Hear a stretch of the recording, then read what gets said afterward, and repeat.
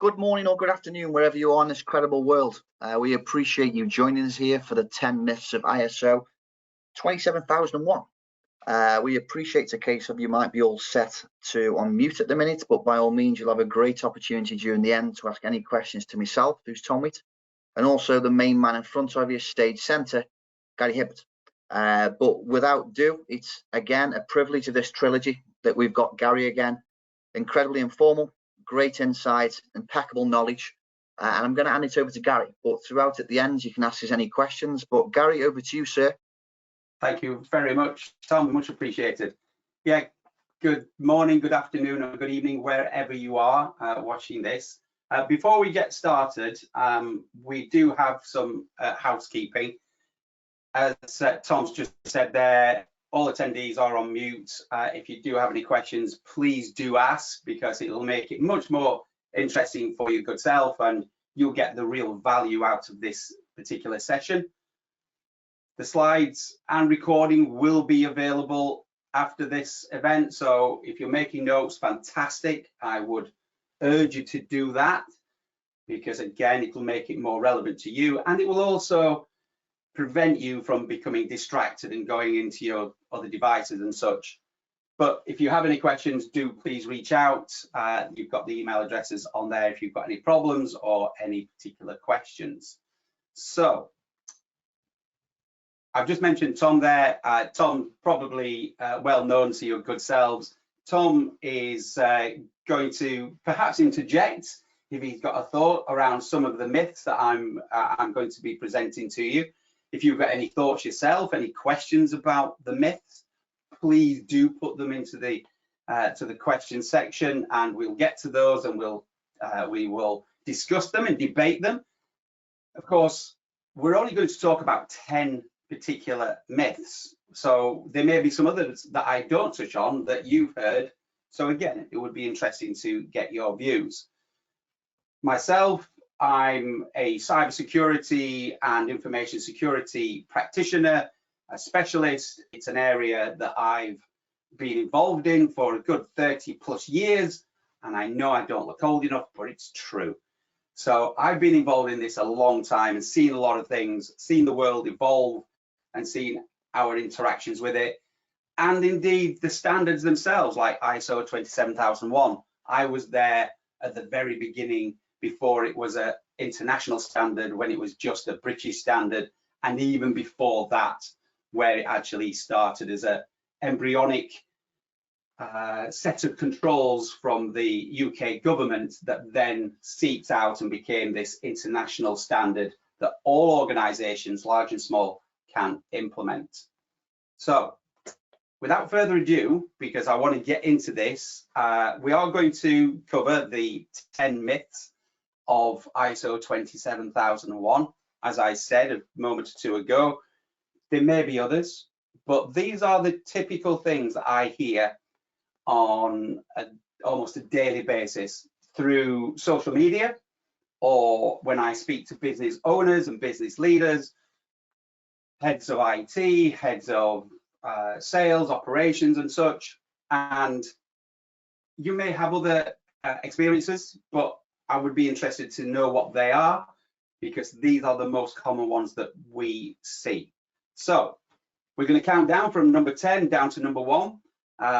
So the first one that we hear most often is that it's too expensive, that implementing ISO 27001 is expensive.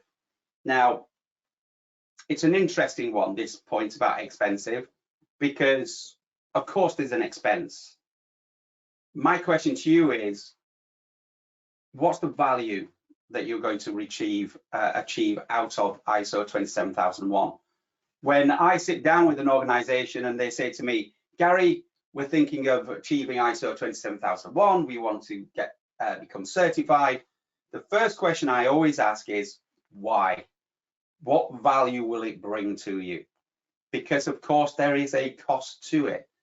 So when people say it's expensive, what they're actually meaning is, I don't see the value. I don't understand the value of it. And that's true of anything, right?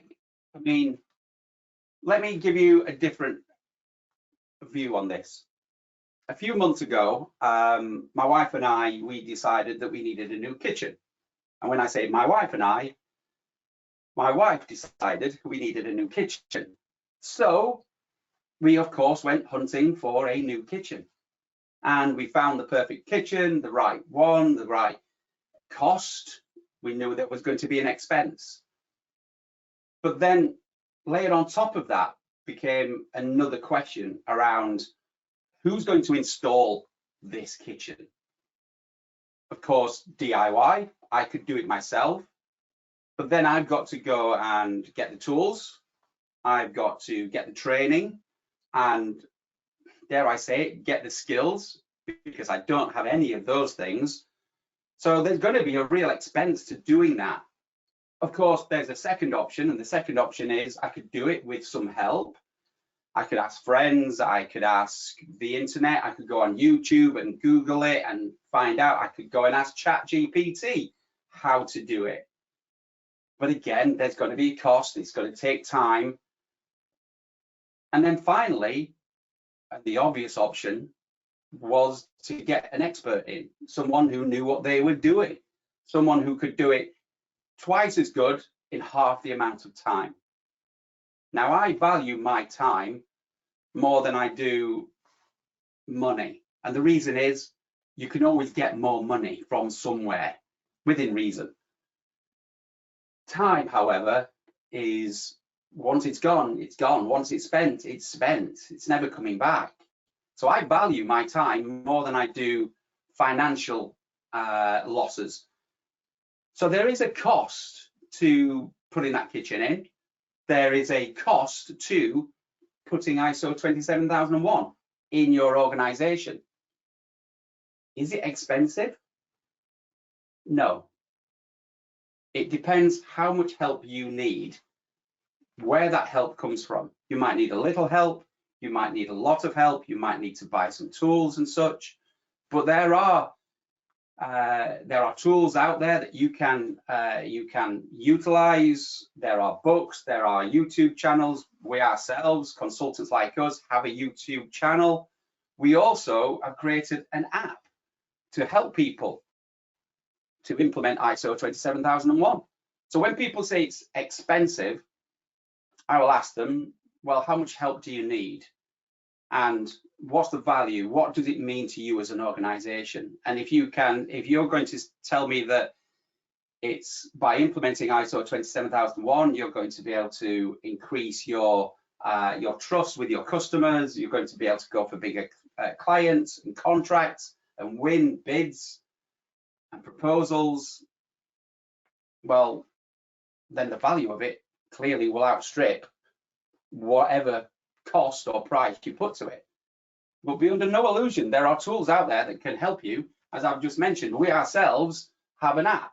Now, this might look like blatant selling from the stage, but it's not, because I'm a consultant and I'm telling you right here and right now, you don't need consultants like us.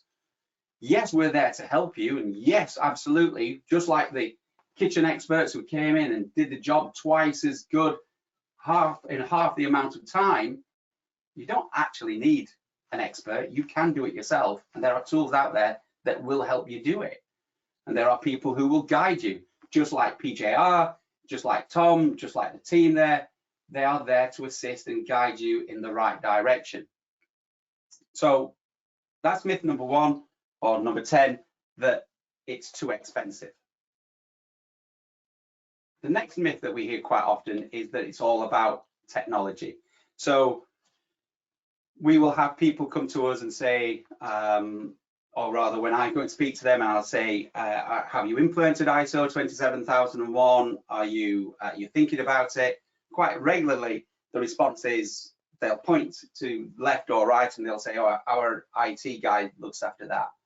And I kind of look and, well, where is your IT guy? Why do you assume that this is just about technology? If you read the standard itself, the standard itself talks about informational assets. It doesn't talk about IT. Of course, yes, there are lots of controls in there in the ISO standard that talk about technology, but it's not just about IT. In actual fact, ISO 27001 is a risk-based management system, and in the Annex A controls, the second half of the standard itself, that part of the standard is actually broken down into 4 parts. You have organizational controls, you have physical controls, you have people controls, and you have technical controls. So it's 4 parts. But there's only one part that talks about the technical part, technical controls, IT. All the other controls talk about things like supplier management, how you onboard people, how you train people, policies, procedures, business continuity, disaster recovery, those kinds of things. In fact, when we implement ISO 27001, we ask people just to consider what we call the 5 Ps, which is your people, your premises, your processes, your PCs, and your providers. So if you think of it in that way, again, PCs just means anything that's technical nature. But we are interested in the real risks, remembering it's a risk-based management system. We want to know about the risks associated to people. And once we understand those risks, we can then implement or apply the appropriate controls to those risks. In the same way that we can do that around our physicality, the premises. And we use the term premises because historically most organizations did have premises of some description. But even today, if you said, well, Gary, we're a completely remote business, my response to that is, but you do exist somewhere. You do have premises somewhere. Whether that's an office, which is brilliant because you can control that environment, or it's your home. And if it's your home, and if it's the home of your employees and other stakeholders that you interact with, how do you control the risks around premises when it's someone's house and you've never been to their house? You can't just simply say, we want to do a security audit of your home. It's unlikely that you're going to want to implement physical security controls at every employee's premises, their homes. My question to you would be, what are the risks associated to that? How are you managing that? And that is the beauty of ISO 27001. It forces you, or it implores you to ask these questions. How do we manage the risks associated to people, premises, processes, PCs, and providers? Now, very relevantly, at this point in time, I don't know if you heard about this, but this was a recent incident that happened in the United Kingdom. But Heathrow Airport had a major substation, a power outage, which took down the airport. This is a multi-million, multi-billion pound organization and facility that had an outage that lasted for more than 24 hours. My question to you is, what would an airport outage impact you as a provider? Would your power provider not being there for any length of time, would that have an impact upon you as your organization? ISO 27001 asks you to consider those kinds of questions. So it's a big, big myth to think that ISO 27001 is just about IT, because it impacts upon your business.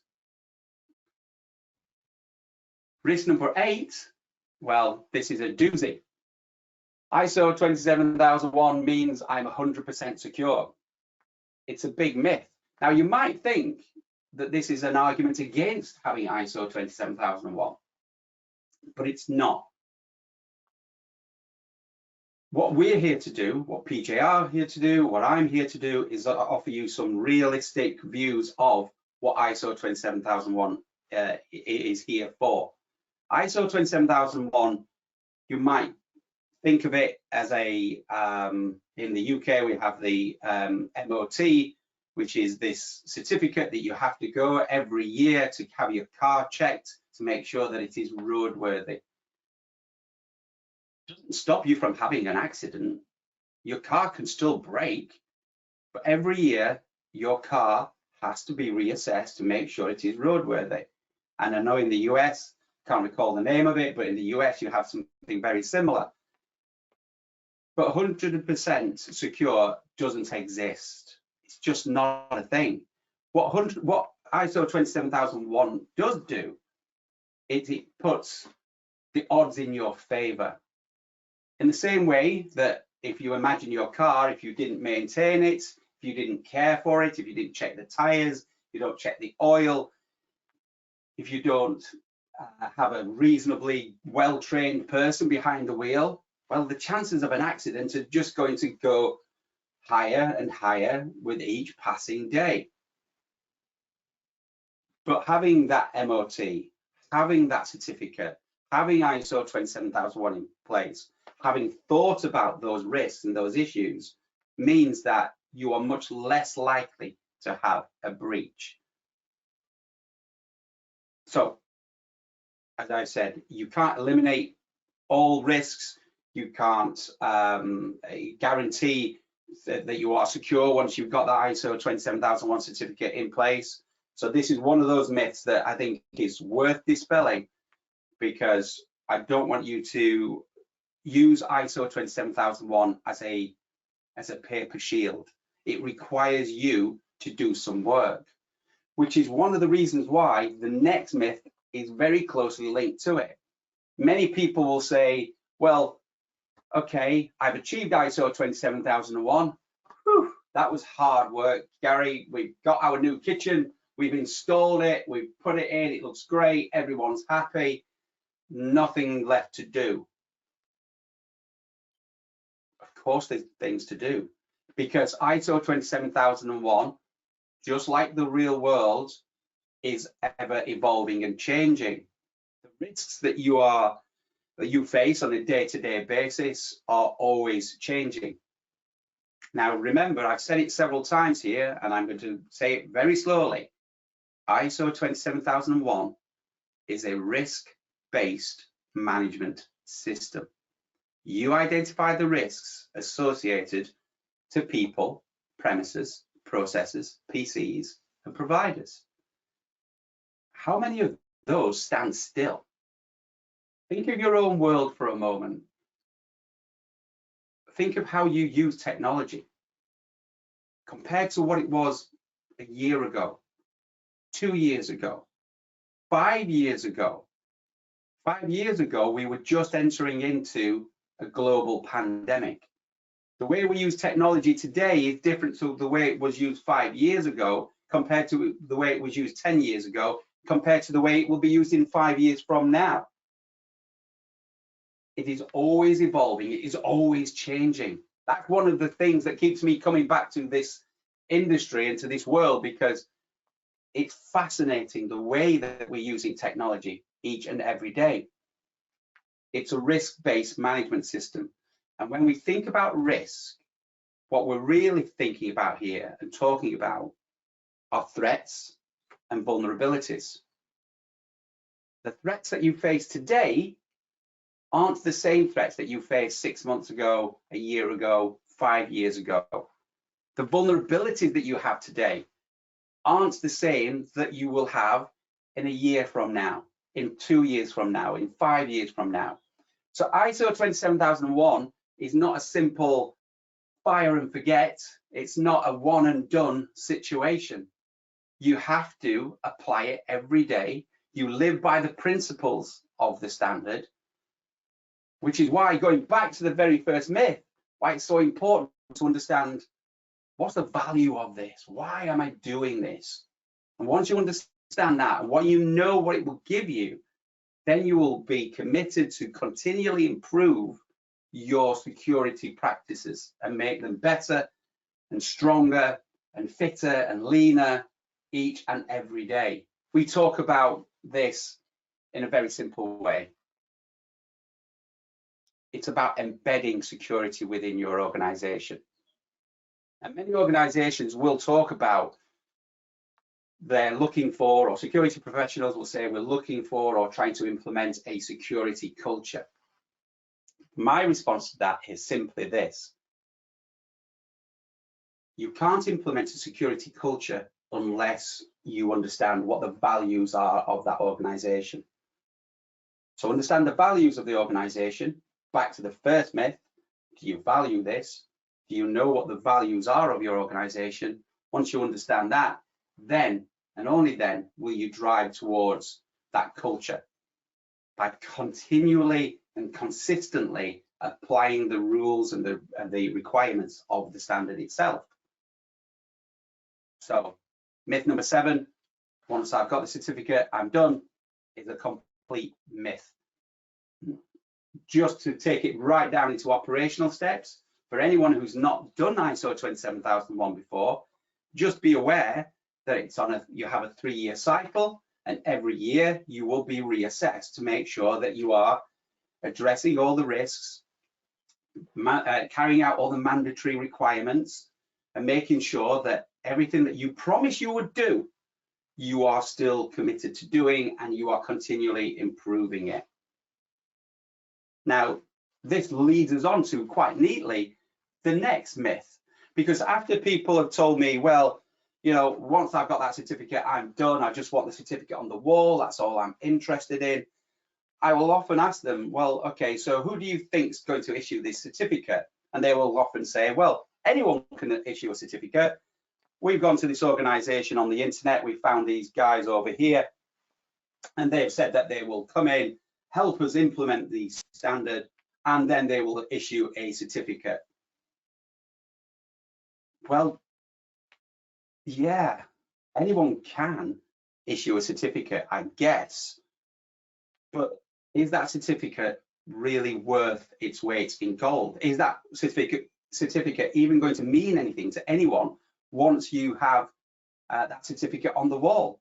Now, PJR and other organizations, they are accredited by a recognized body. So PJR and other certification bodies have to abide by a certain standard, certain sets of rules. They have auditing guidelines, the way that they gather evidence, etc. The amount of time that they'll be conducting the audits is mandated upon them. So they have a rule of engagement, and irrespective of which cert body you use, they will all work in a very similar way. But people like PJR, these are the people that you need to be going to who will issue you with a standard, with a certificate that represents what that standard is about. And that is about quality, it's about assurance, it's about trust. So yes, when people say to me, anyone can issue a certificate, I will respond and say, well, it's a myth that anyone can provide a certificate that is worth anything. So I guess this is a kind of, as we meet halfway through the myths, this is a bit of a half truth. So when we're talking about 27001, it's important to recognize that there's a lot of work that does come into play, that there are things you have to do, which leads us on to the next myth. Because yes, that certificate must mean something, and the auditors, I've already said, are going to come in once a year and they're going to be asking you questions about how you've implemented your security practices, how have you assessed your risks, etc., which leads a lot of people to naturally, I guess, conclude that there's a lot of documentation, that indeed most of ISO 27001 is all about the documentation. It's a myth based on the fact that, back to what I said earlier, this is a risk-based management system. What auditors are looking for, what cert bodies like PJR are looking for, is they're wanting evidence that you have implemented the controls in an appropriate way for your organization. And how you evidence that? Yes, oh, absolutely. There are some requirements that are mandatory documentation. So it will state within the standard that you shall document certain policies or certain procedures, but it's far less than a lot of people think. Now, again, back to my analogy of kitchens, you can see this scarred me deeply.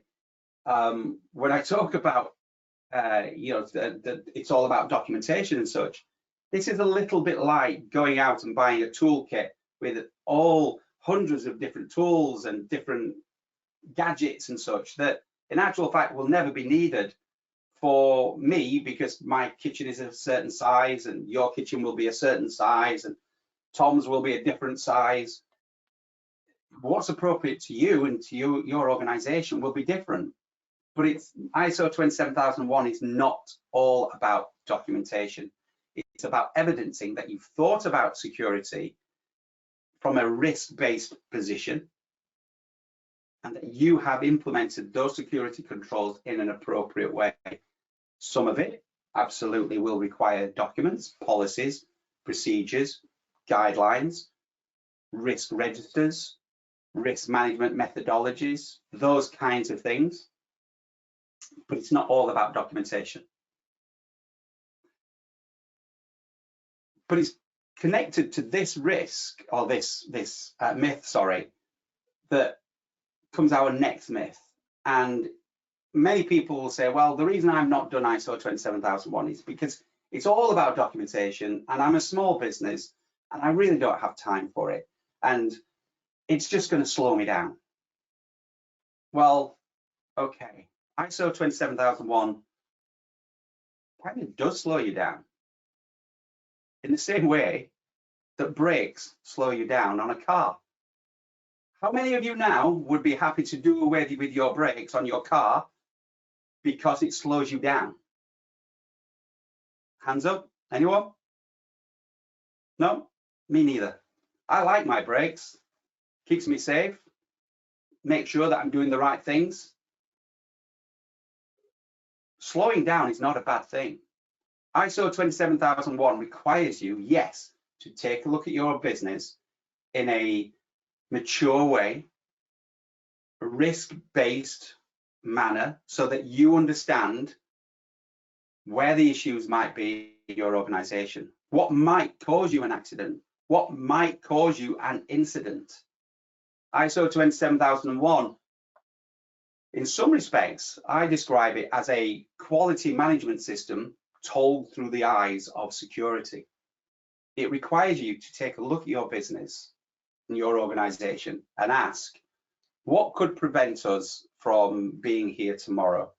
What could cause us an incident or an accident? ISO 27001, dare I say it, it's about growing up. Your business is growing into something new. And in order to do that, you have to take a look at the way that you operate, what you do, and how you do it. Now, it does not mean that you have to document everything. Back to the previous myth. You don't have to have a process flow for every single process in your organization. Even in ISO 9001, which is the quality management system, doesn't require you to have a process flow for everything. But what 27001 expects you to do is to understand where the risks are and then put in place appropriate documentation and evidence and measures to prevent an incident occurring and accidents happening. And that's how you stay safe. So ISO 27001 isn't about slowing you down. It's about keeping you safe in exactly the same way that brakes aren't there to slow you down. They are there to keep you safe. And this leads on to the next myth that I hear quite regularly, which is, well, that's all well and good, Gary, but in truth, I don't have any data that's worth anything. So cyber criminals aren't going to be targeting me.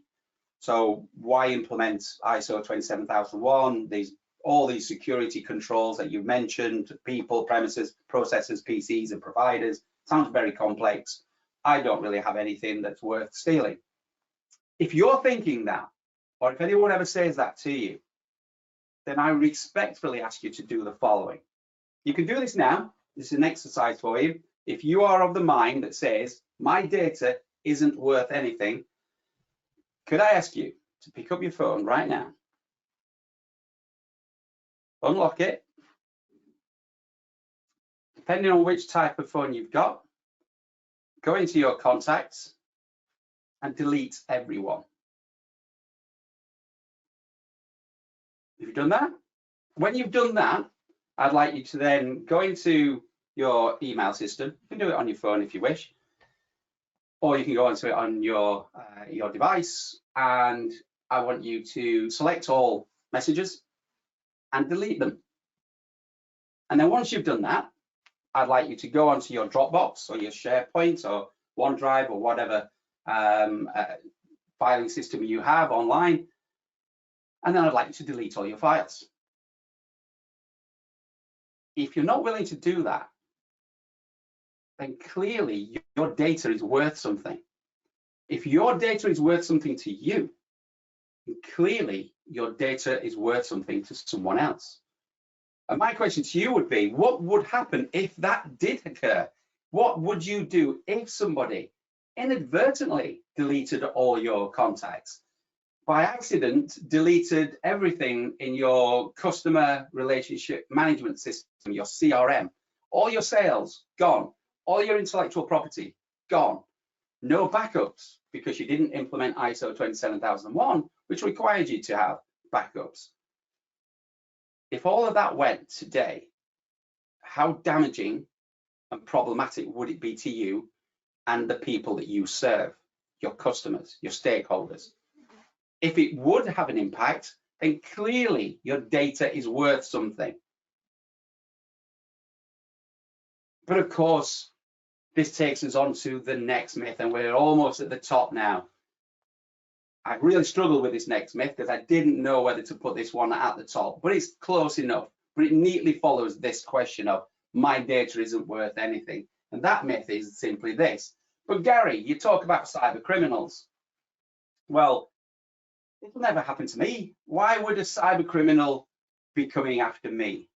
Well, of course, I don't know who is watching today. I don't know if you're a small organization. I don't know if you're a huge organization. But what I would say to you is this. ISO 27001 requires you to consider risks, threats, and vulnerabilities. Again, I'm going to ask you a question. Have you ever sent an email to the wrong address? Have you ever lost a laptop, mobile phone, maybe a file? Maybe you've sent a letter to the wrong address. If any of these things have ever happened, then that is either under the definition of ISO 27001, a security event or a security incident. And depending upon the magnitude of that data that was lost on that device or sent to the wrong address, that's also a data breach. So when people say to me, it will never happen to me, my response is, are you saying you'll never, ever have an accident? Are you telling me you will never, ever make a mistake? Because I know that I certainly have. And I am super vigilant about what I do. But I've certainly lost devices. I've certainly lost emails or sent an email to the wrong address. But luckily, the data that was involved wasn't of a significant nature.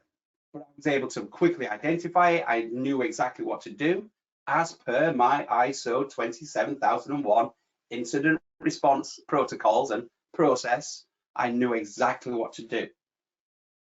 Now, depending upon the size of your organization, you might be saying, well, that would never happen to me, Gary. I am never going to have an incident. I have never made a mistake. Well, great. I applaud you.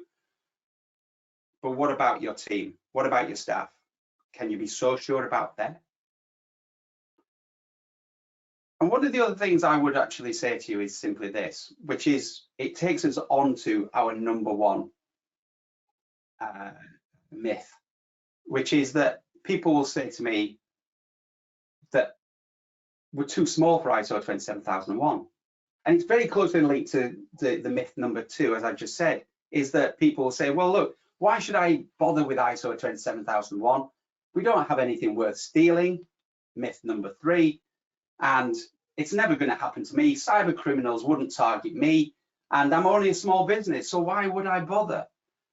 My response to that is cyber criminals are targeting small organizations primarily because you are a small organization. Because you're a small organization, they know that you are unlikely to have invested. Remember that word, invested in the values of ISO 27001, myth number 10.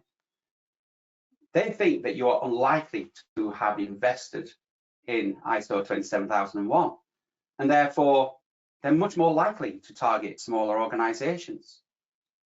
But this myth here, the number 1 myth, ISO 27001 is not for small companies. We've implemented this standard in a company that had 1.5 people. Now you might be wondering why I'm saying 1.5.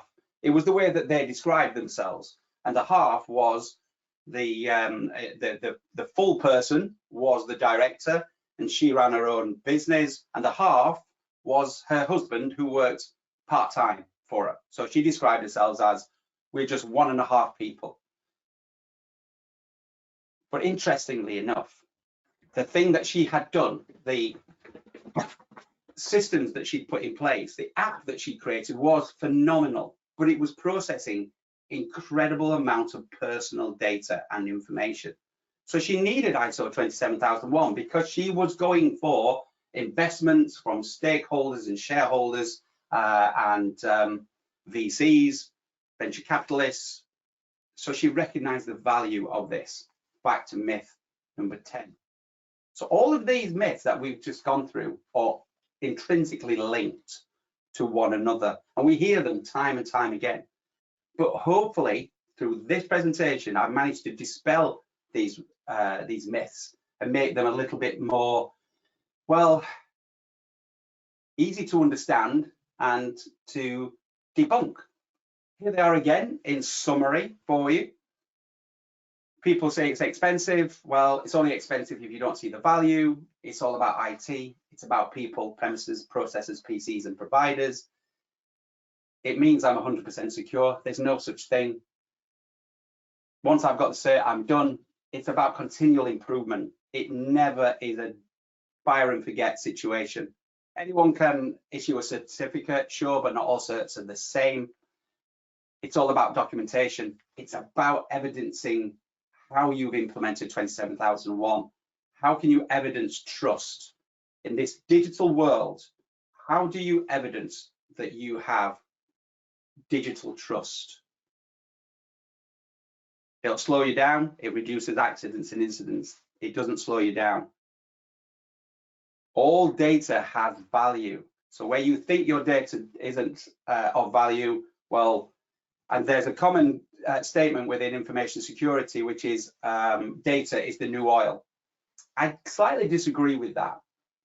I would say that all data has value. It's either coal or it's gold. Some of it shines very brightly and it's quite obvious it's worth something. But even the coal, even the smallest amount of data that you have, you've got it for a reason and it has value.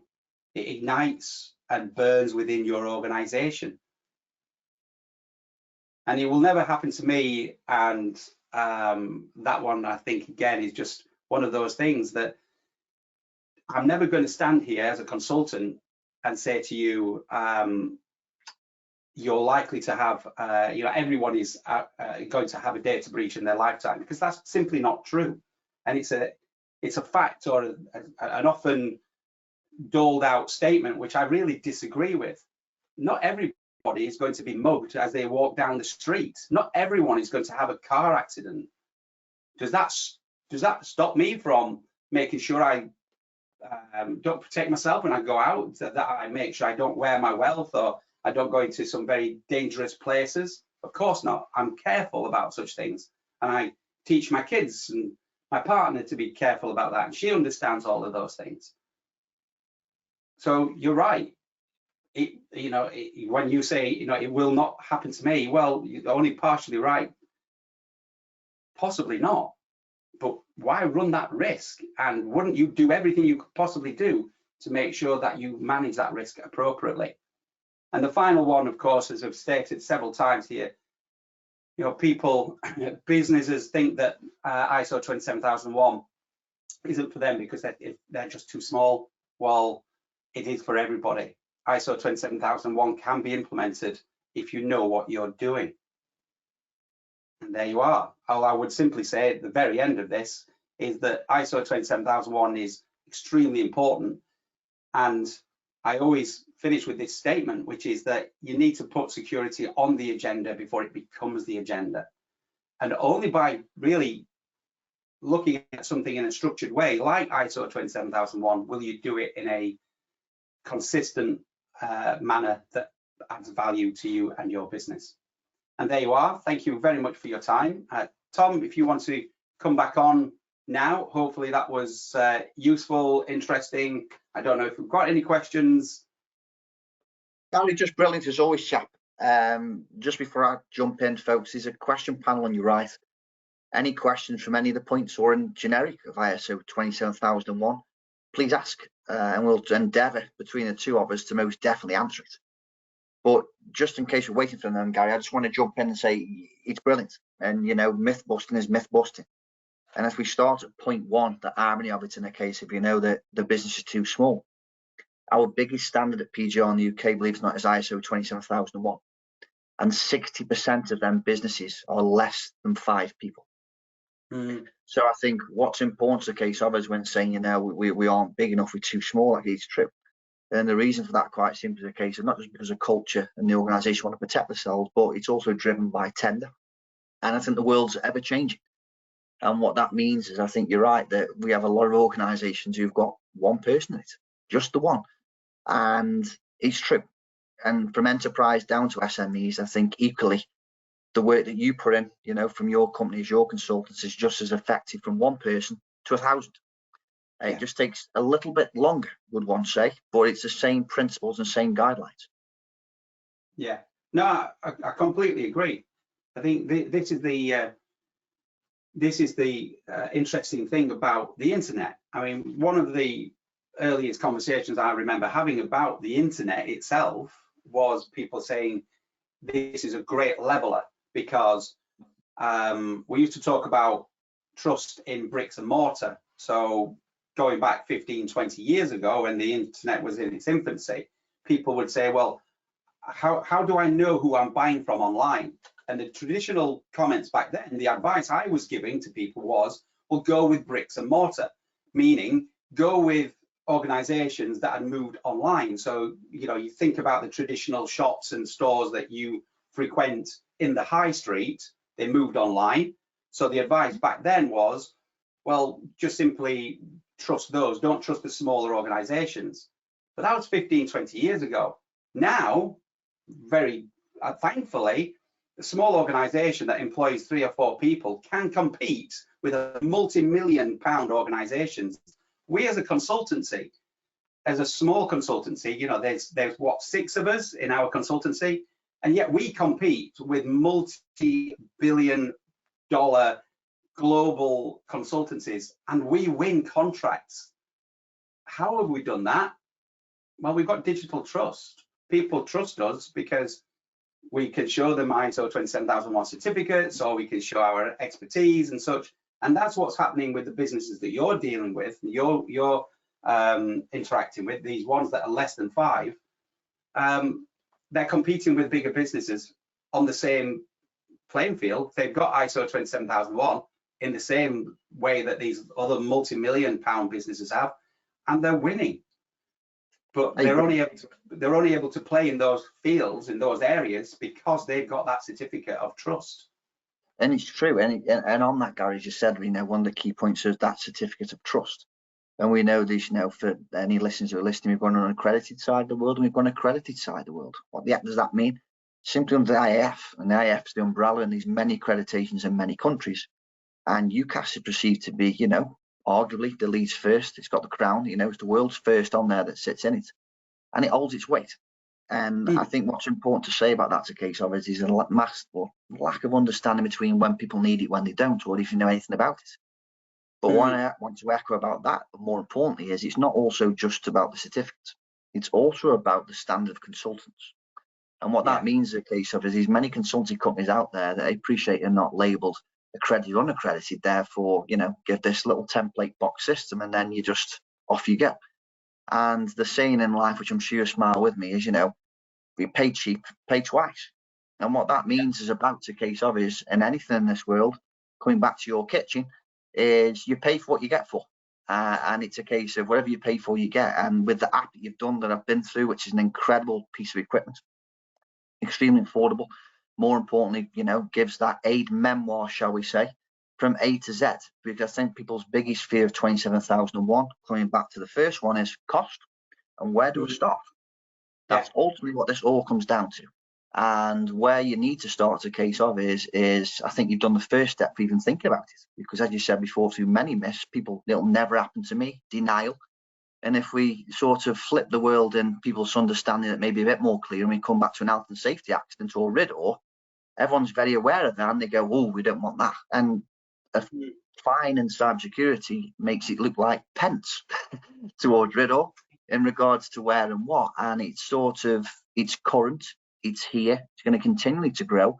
I think more importantly, it's also coming very heavily from several central governments. Yeah, actually, that's a really good point, and something that we've not really touched on in these myths. But the value that it brings, right, for that very first one is it's expensive.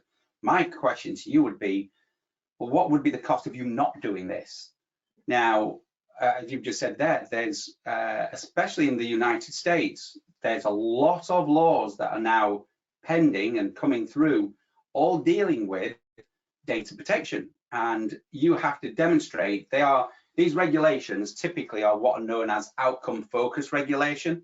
So they won't tell you how to do it, they'll just tell you what they expect. So the easiest one for me to quote, in the United Kingdom, we have GDPR, the General Data Protection Regulation, and that talks about one of the principles is that you will treat data fairly, lawfully, and transparently. Well, how you do that is up to you. But there's a whole raft of different regulations in various different states across the US. And they're all of a very similar ilk, because GDPR is seen as the gold standard in terms of data protection regulations.